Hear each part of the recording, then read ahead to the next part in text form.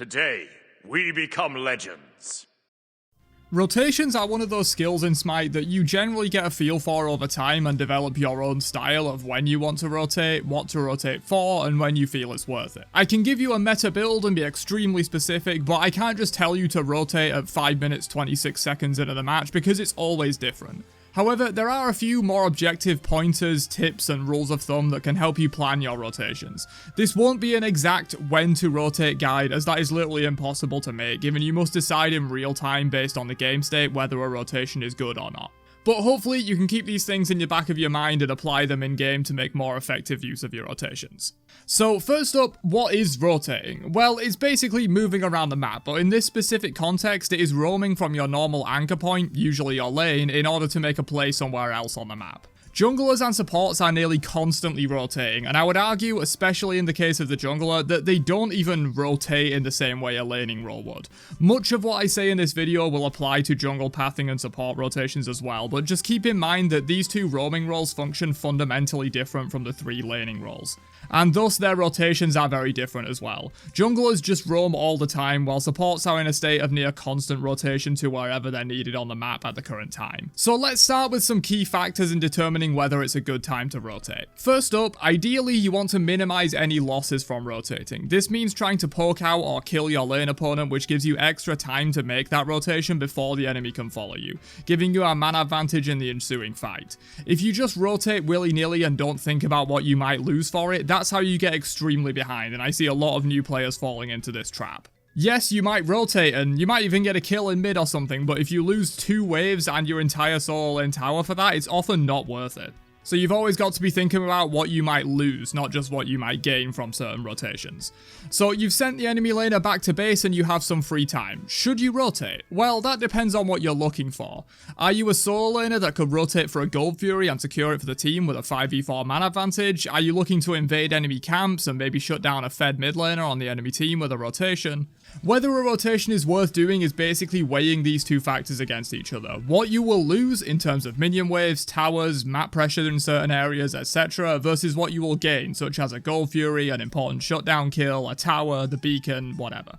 And this is why I went on that whole spiel at the start of the video. It's impossible for me to tell you this is exactly when you should rotate.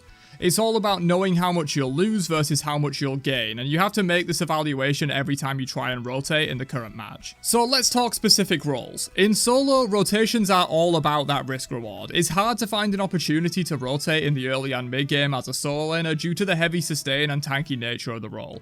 It's hard to force someone completely out of the lane and back to base in solo, and therefore harder to make a clear window that you can rotate in. Some things that can help though are of course teleport, which allows you to either go directly to a fight or rotate to a fight normally and have a fallback TP to your tower in order to not lose as much farm. Proxy farming is also a very high risk but extremely high reward way of maximizing your rotations. Proxy farming is essentially taking enemy minion waves behind their standing towers and is only really done in solo lane. This is naturally risky as you're halfway inside the enemy territory and could get rotated on or ganked yourself. It definitely helps to have deep wards if you're going to go for regular proxies. If you can manage this though, it gives you a full 30 to 45 seconds before you need to be back in your lane, as you've killed the wave before it even reaches the middle of the lane, while your opponent is still waiting for yours to come out of the tier 1 tower. This puts the enemy solo significantly behind your rotation, which greatly increases the chances of success as you'll have a mana advantage for longer. Well, either that or the enemy solo just follows your rotation but misses that minion wave to tower, in which case you're still benefiting there. Moving on to the mid lane, this is of course the central part of the map, which makes rotations from mid sort of a double-edged sword. You're very close to literally everything you would want to rotate for, which means you don't have to think quite as far ahead and make as much time as a side laner would need to, since you're back in lane much faster. However, being so central also leads to being caught out more when you do decide to rotate. This is why mid lane wards are so important. If you have ward coverage over most of where you plan to rotate, you can do it so much more safely and utilize the benefits of being central on the map while minimizing the downsides, such as the enemy jungler tracking you and picking you off before you even get to duo lane.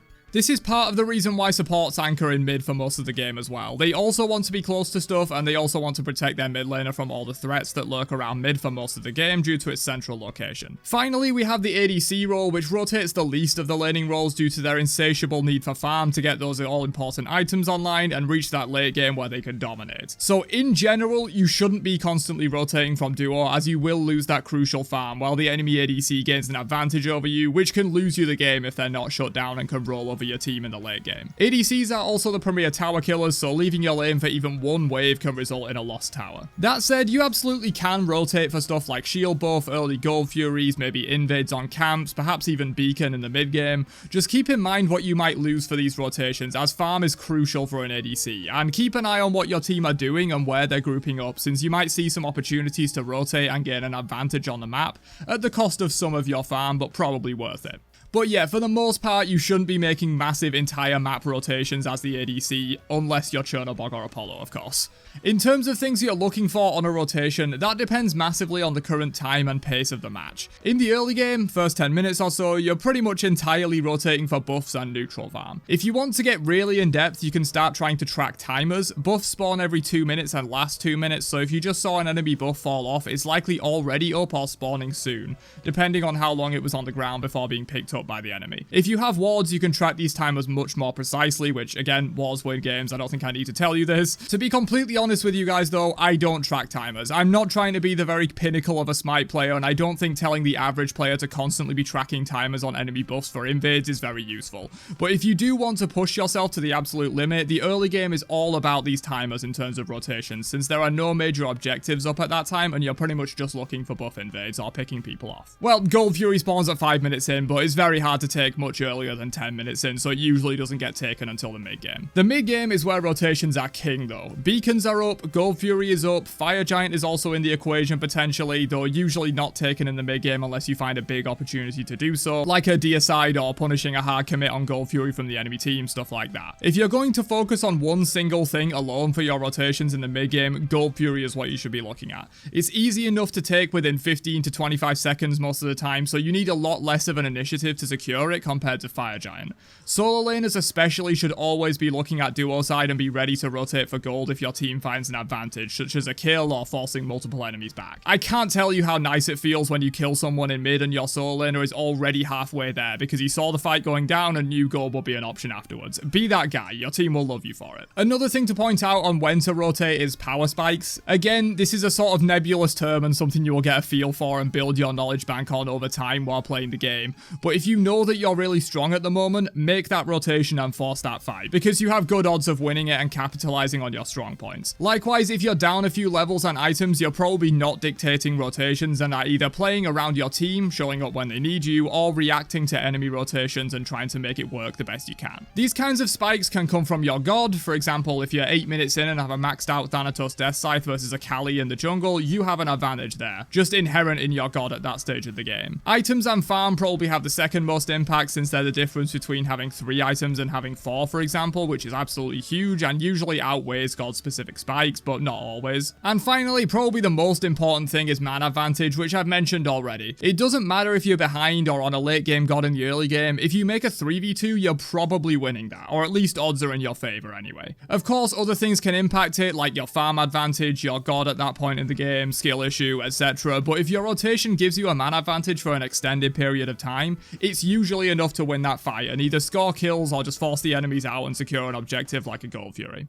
Quick final mention, as I see a lot of people asking when support should leave the duo lane and start rotating towards mid. Generally, I just use a first item rule. Once your first item is done, you back and buy that and then you start roaming. You can also just do first back in general, but I like to already have my Thebes or Prophetic online before I start anchoring in mid and roaming where needed. But hopefully this video was helpful to you guys. Apologies for the lack of very specific info on this one, but this is one of those Smite topics that is just extremely game dependent and reactionary, so learning rotations just comes with time and experience. But hopefully these general pointers and tips can help you get better at and understand rotations more in your games. Catch you guys in another one later on. Have a great day, and peace out, you nerds.